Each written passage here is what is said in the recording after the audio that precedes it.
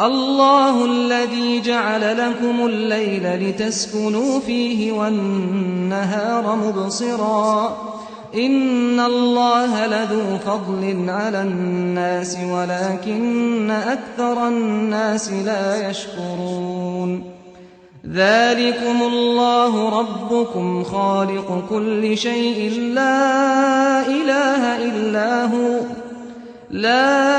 إِلَٰهَ إِلَّا هُوَ فَأَنَّىٰ تُؤْفَكُونَ كَذَٰلِكَ يُؤْفَكُ الَّذِينَ كَانُوا بِآيَاتِ اللَّهِ يَجْحَدُونَ